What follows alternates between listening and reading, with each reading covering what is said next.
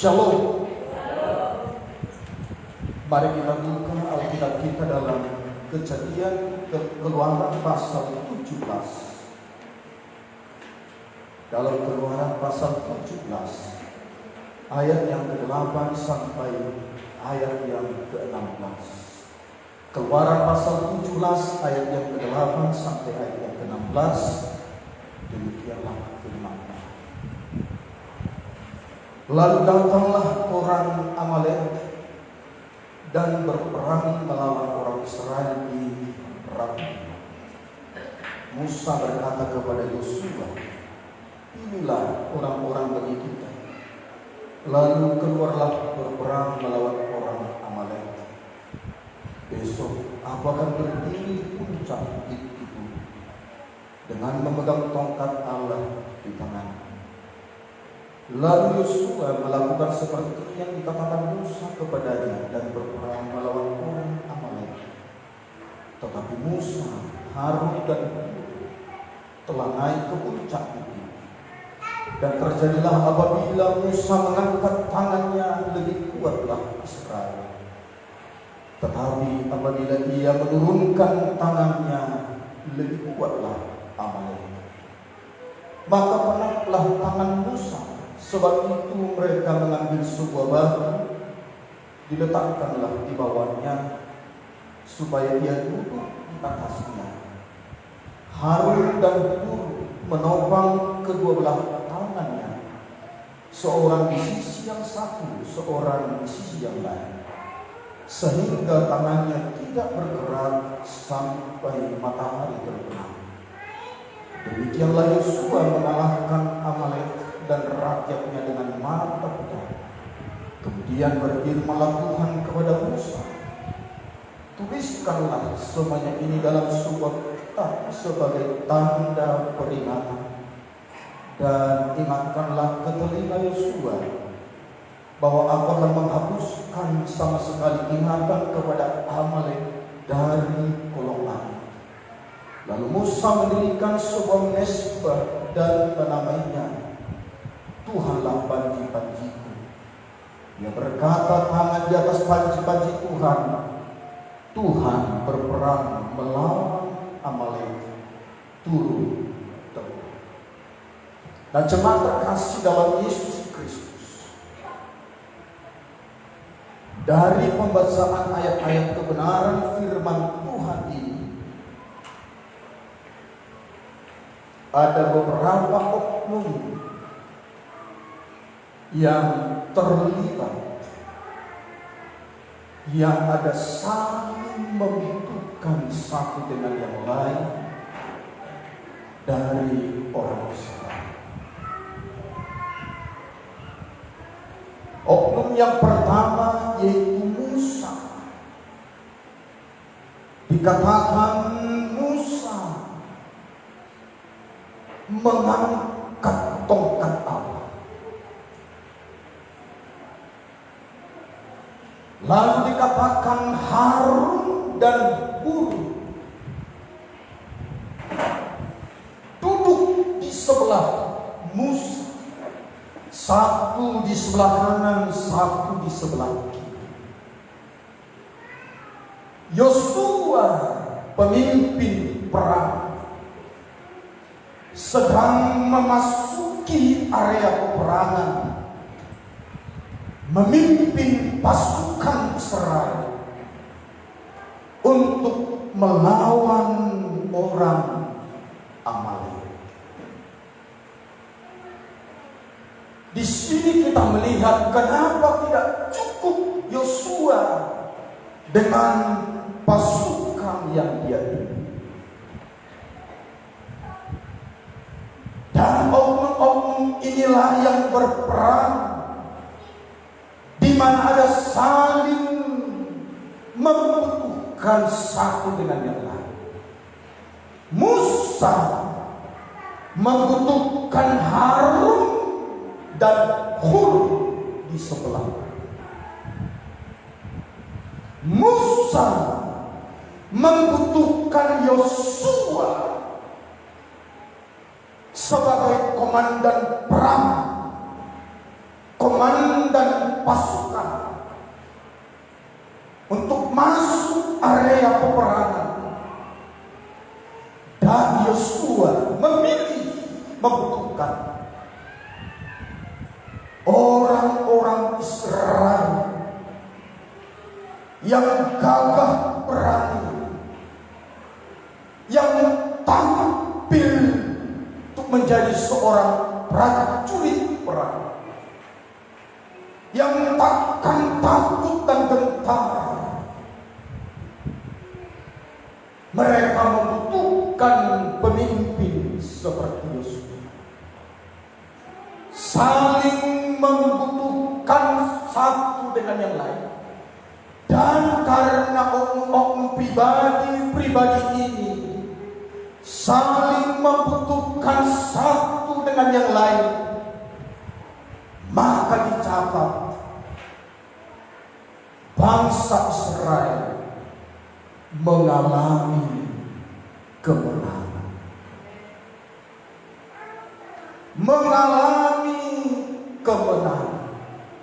Jemaat terkasih dalam Yesus Kristus, hari ini adalah hari Minggu, hari di mana kita datang secara khusus memuji, menyembah Tuhan, mendengarkan firman Tuhan. Tapi hari ini juga ada sebuah hari yang sangat bersejarah.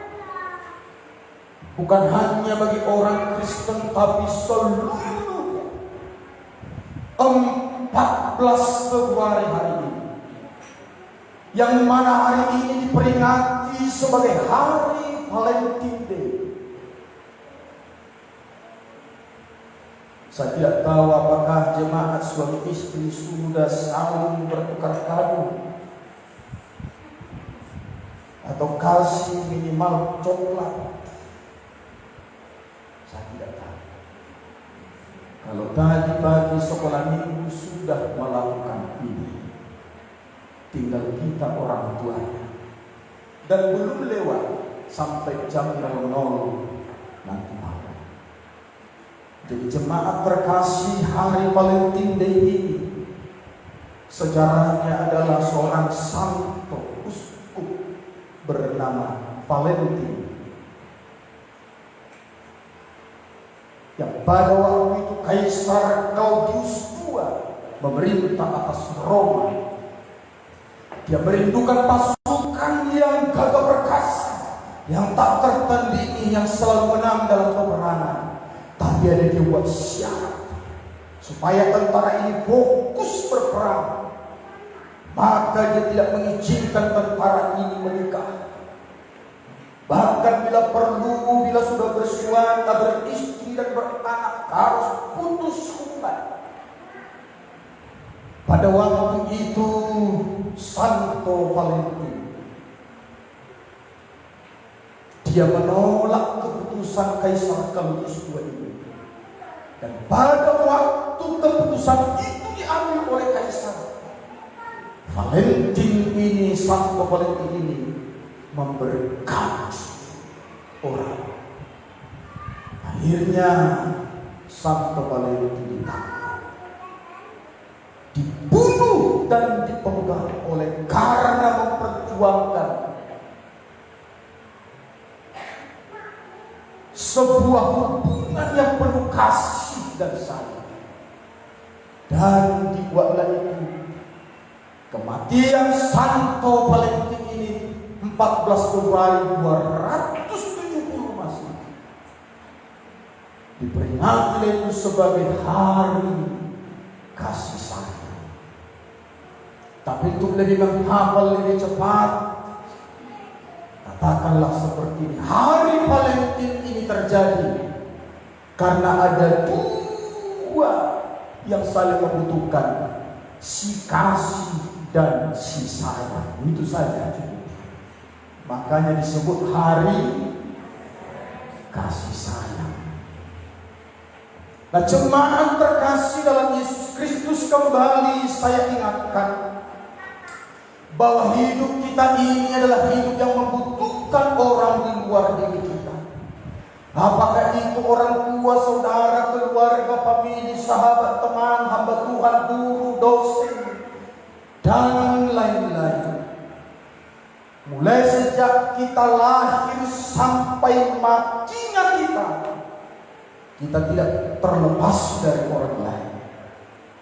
Bayangkanlah kita lahir membutuhkan tangan bidan atau dokter penolong.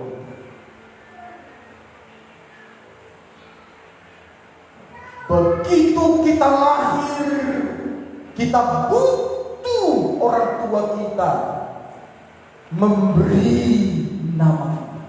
Adakah di sini lahir langsung dia bikin nama sendiri? Ada? Begitu lahir namanya Kartito Jonto Gulto. Wah, bisa saya pastikan tidak ada di sini jemaat yang lahir dia yang bikin namanya. Tapi sesudah lahir mungkin tambahlah dengan nama-nama tambahan. Ada beberapa teman saya bikin nama tambahan, tapi nama asli tidak dihapus. Bornok, namanya Bornok Sibuya, tapi dibikinlah nama tambahan Daniel Bornok. Nah, kira-kira seperti itu.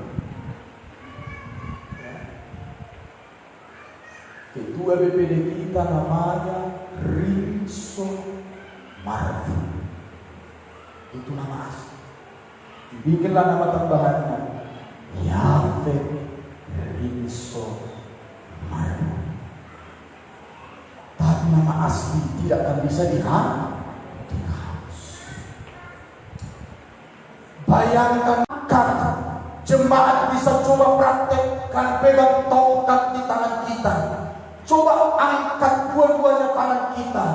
Berapa lama bisa tahan tidak turun 1 senti pun. Begitulah Musa dari pagi dia mengangkat tangan. Maka untuk supaya tetap tangan ini terangkat, Musa membutuhkan Harun dan Hur duduk di sebelah kanan dan kirinya. Pada waktu Musa tangannya sudah penuh, tidak tahan lagi mengangkat tangannya, maka Harun di sebelah sisi satu menahan dan menopang tangan Musa supaya tangan itu terangkat terus. Di sebelah kiri ada tangan kakinya ditopang oleh Hur supaya tangan kirinya tidak turun. Maka tangan itu mulai dari pagi sampai sore Musa tetap terang. Tangannya tidak turun. Karena apa jemaat Tuhan? Karena Musa membutuhkan dua pribadi yang menopang dia. Sehebat apapun Musa tidak akan bisa dari pagi sampai sore mengangkat tangan tidak turun-turun. Pernahkah orang tua menghukum anaknya disuruh mengangkat tangan dua-dua? Pengalaman saya waktu SMA dulu, kawan saya ribut waktu guru mengajar. Datanglah kawanku ini maju ke depan. Selama bapak mengajar, berdiri kau, angkat tangan tinggi-tinggi dua-dua. Angkat kaki satu. Pada waktu tanganmu turun dan kakimu habis stop. Memang pintar juga kawan ini, tapi kami diam-diam saja. Kalau guru kami lagi sunyak,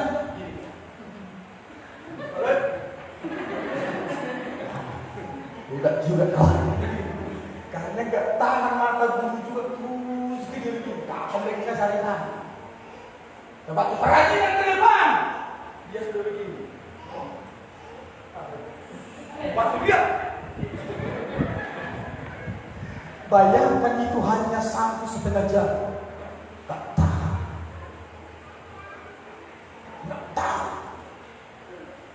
Kita butuh topang. Ada nggak suami tahan satu harian ibu mata keluar? Ada nggak? Cuci piring dia, cuci gaya dia, berumah dia, masak dia, anak berak 10 orang, bilang, anak nangis, anak berantem, tahan gak kira-kira? Makanya suami butuh istri. Jadi kalau istrinya yang tahan di luar, suaminya tahan di dalam, itu namanya sudah terbalik. Suaminya yang perempuan, istrinya yang laki-laki. Makanya dikatakan, ini istri berotot laki-laki, ini suami berotot perempuan. Gak paham. Makanya luar biasa Tuhan mempertemukan laki-laki dan perempuan. Jadi kekuatan menjadi milik orang Israel. Musuh sampai mati karena sudah turun kekuatan Tuhan atas mereka. Sudah mengalir kekuatan Tuhan atas mereka karena ada yang menopang. Jadi supaya kalau ada saudara kita lemah, mari kita topang dia. Amin. Amin. Mari kita topang dia. Jangan sudah lemah kita lemahkan. Ada banyak orang seperti itu, sudah lemah dilemahkan lagi. Makanya yang lemah semakin pasti mengalami duka. Kita pun suatu saat pasti mengalami sakit. Kita butuh orang lain. Yang kedua, jemaat terkasih. Bagaimana jemaat terkasih dalam Yesus Kristus? Apa berkat di balik saling membutuhkan? Berkat kedua, di saat kita saling membutuhkan, semakin mempererat kebersamaan, mempererat kesatuan dan bersatu. Jadi pada waktu kita saling membutuhkan, permusuhan, pertengkaran, perselisihan, perkelahian, benci, dendam, sakit hati, itu tidak akan pernah ada.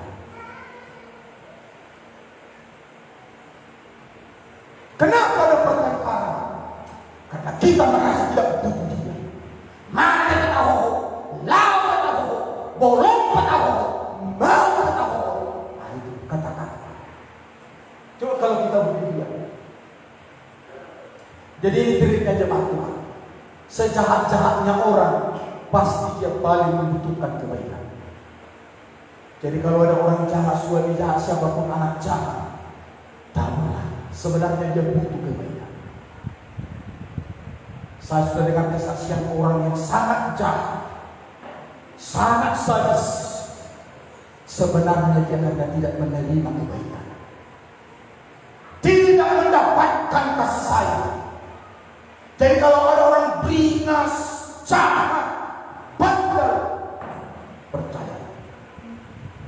Coba anak-anak yang bandel, yang jahat, yang marah, jangan dikasari.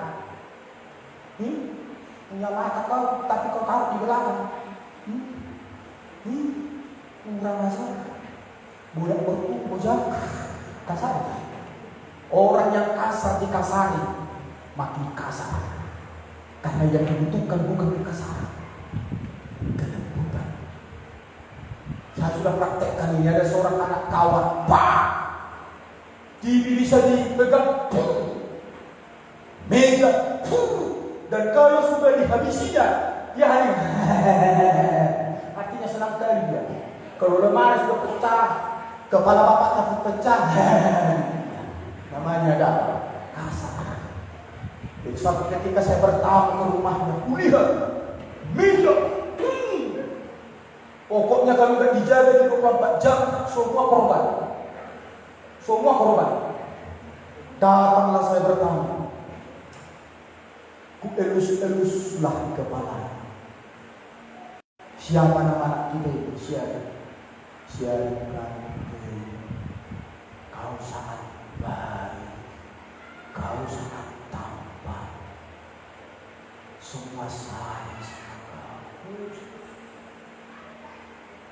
Malah dia tidak sayang. Paling baru kenal. Waktu saya berhenti bilang, Bapak kau ganteng, kau tampan. Waktu saya berhenti, aku pikir sudah gini. Ditempelin lapangan berapu mau pingsan. Sampai kepalanya lebih kasar daripada mati. Kalau kepalanya diantukkan ke batunya bergetar, batunya retak. Udah mau koyong aku dulu, hitam. Tapi saya tetap tahan. Ku bilang, kau ganteng, kau tampan, kau baik. Tenang. Jadi kalau dikasar, lebih kasar. Jadi anak-anak kita yang kasar-kasar, datang kelembutan. Amin. Kau mau dipecahkan, terima kasih.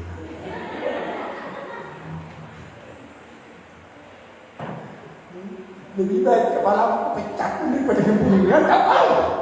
Tengok! Pecahkan kepala lebih mahal dari kepala. Tak. Karena orang kasar biasanya mengharapkan gelem. Orang jahat pasti mengharapkan percaya. Iya. Saya sudah praktekkan. Waktu di Kolonia dulu terkenal itu preman sadis, panah beracun, segala macam. Saya lah bisa orang yang sering keluar malam pelayanan, pulang tengah malam, tak pernah ditangkap. Karena waktu kulihat mereka sudah bawa kelewat, gini-gini. Bos, wah, jangan orang. Ya bos, ayahkan. Saya kamu. Apa bos? Jangan bilang apa bos. Jangan. Hilang kepala nanti. Saya sudah praktekkan itu. Jadi orang-orang beringas dan kasar datanglah dengan punduk dan hilang. Ya bos. Dulu kalau suami marah, bikin dulu seperti itu istri-istri. Ini enggak. Apa kak?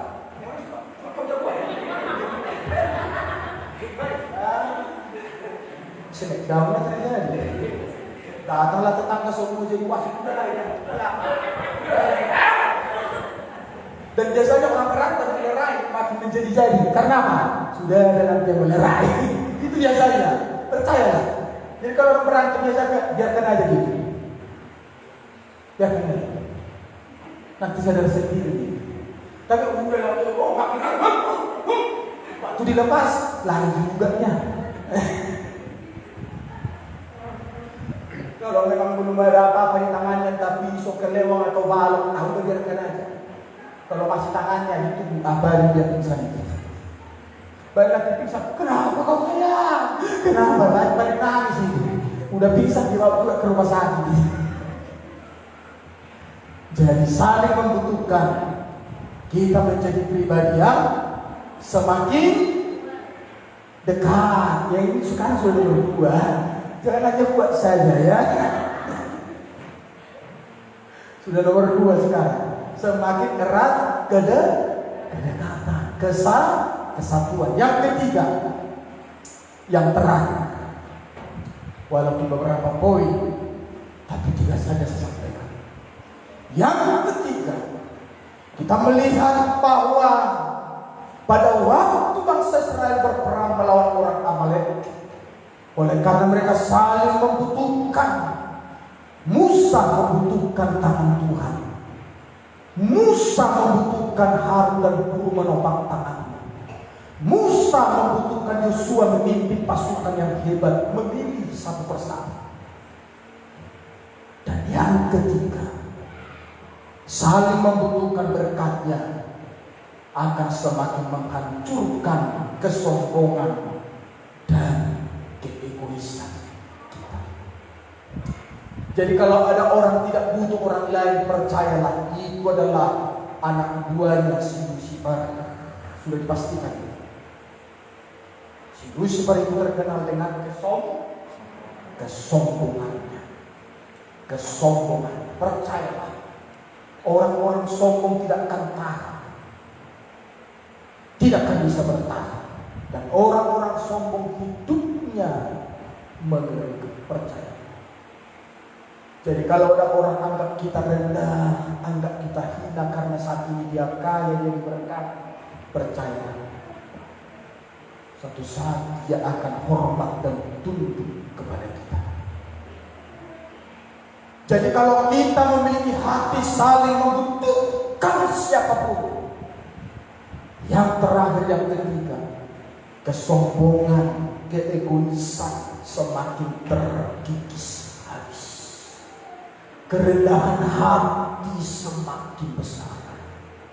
Kerendahan hati semakin nyata. Jangan kita pikir orang kaya yang sombong. Orang miskin pun sangat banyak yang sombong. Tahu caranya orang miskin banyak yang sombong? Sudah gak ada uangnya, sampai pinjam pun, ngutang pun dia lakukan demi untuk penampilan. Hati-hati ya. Jadi jangan kita pikir orang kaya saja sombong. Orang kaya juga banyak yang rendah hati. Tapi orang miskin banyak juga yang sombong. Ada orang miskin ditolong malah marah-marah. Dikasih sumbangan malah dikira menghina. Udah miskin tak makan. Sombong. Jadi jemaat terkasih, kesombongan itu akan membuat kita semakin tidak membutuhkan siapa.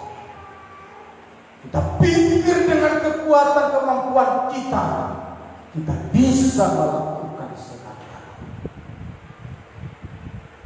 Dan orang-orang yang rendah hati dikasih. Jadi butuhkan orang lain. Saya sudah mulai khotbah minggu pertama. Semiskin-miskinnya orang, pasti suatu saat engkau akan mengharapkan pertolongan. Apalagi kalau bertetangga dekat, jaminlah. Bertetangga dekat, tolong jangan sampai hubungan kita rusak. Mau apapun sukunya, agamanya, bahasanya, kita membutuhkan dia. Karena Alkitabiah, sedekat-dekatnya saudara kita, itu kata firman, lebih dekat tetangga kita. Orang Batak bilang, jonok partubu, jonok dulu jonokan partubu. Itu bahasa Batak. Bahasa kitabnya, sedekat-dekatnya kita bersaudara, lebih dekat tetangga kita. Jadi, walaupun mungkin tetangga itu mungkin lebih sangat menyakitkan kita, percayalah, tinggal menunggu waktunya. Kita butuh dia satu-satu. Coba kalau rumah kita contohnya kebakaran, siapa yang nolong kita? Bisa dari saudara kita dari Papua datang, sudah mati dulu, rata dulu baru dia nyampe. Siapa yang tolong? Tetangga. Kalau sakit, siapa yang bawa? Tetangga. Makanya jemaat terkasih, ini firman Tuhan. Kalau ada jemaat keluarga tak cocok dengan tetangganya, itu pertanda kita sombong. Dekat. Mau dia orang beringas, orang jahat, orang cuek, begitu segala macam, tetap. Mau dia macam-macam buat sampah ke bawah, tetaplah. Tetaplah. Dan sejahat-jahatnya orang kalau kita baik, kejahatan tidak pernah bisa mengalahkan kebaikan. Segelap-gelapnya tempat tidak akan bisa mengalahkan terang. Jadi praktekkan. Kalau bilang, oh begini, berarti kita belum baik. Hanya pura-pura baik. Dan tolong jangan disingkat jadi purba ya. Yang kau bilang, pantasan kau purba. Pura-pura baik jangan. Jangan sakiti marga purba. Karena marga purba itu adalah orang-orang baik. Memang marga itulah marga paling lebih duluan. Purba baru ada Syantuni jadi jemaat Tuhan jahat baik. Kalau ada anjing galak, anjing gila, kasih dia makan, bawa dia. Lama-lama dia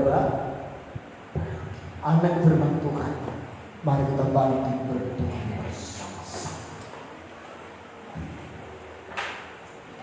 Hidup ini tidak terlepas dari perjuangan kita.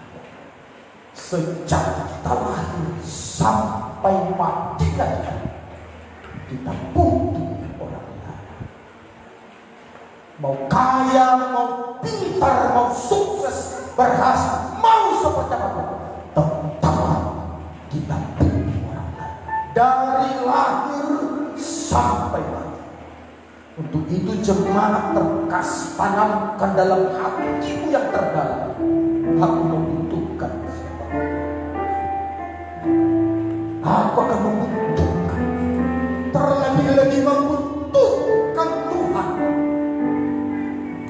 Dikala hidupmu sering susah menderita. Dikala kau tertekan penuh dengan pergumulan. Butuhkan Tuhan dalam hidup.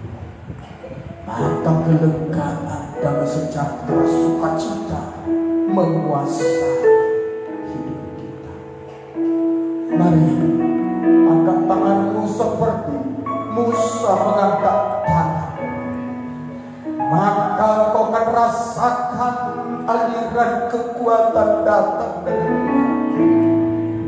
Dan kau akan alami aliran kemenangan datang dari Tuhan.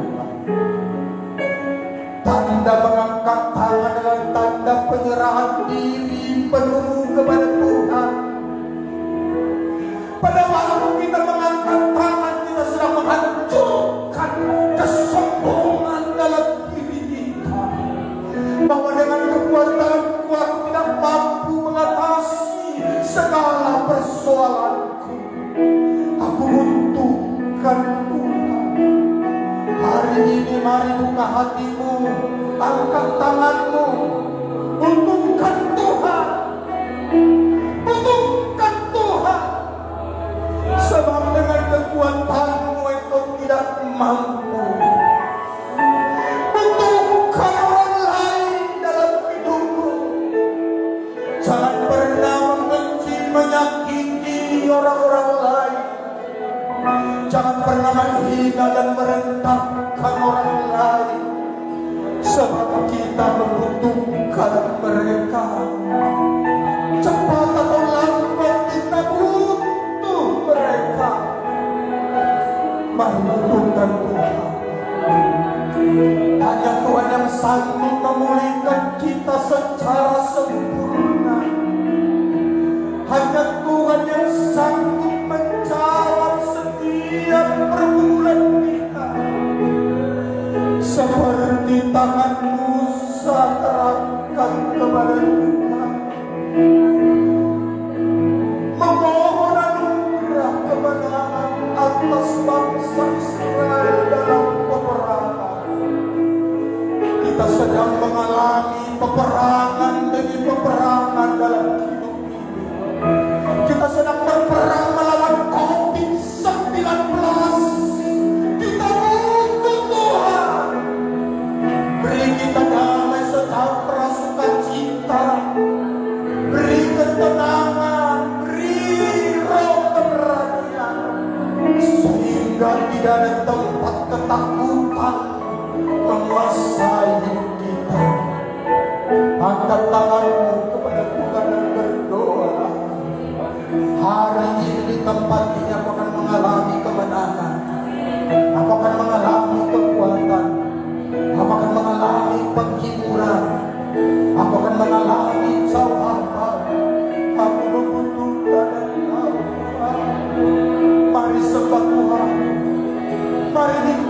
pada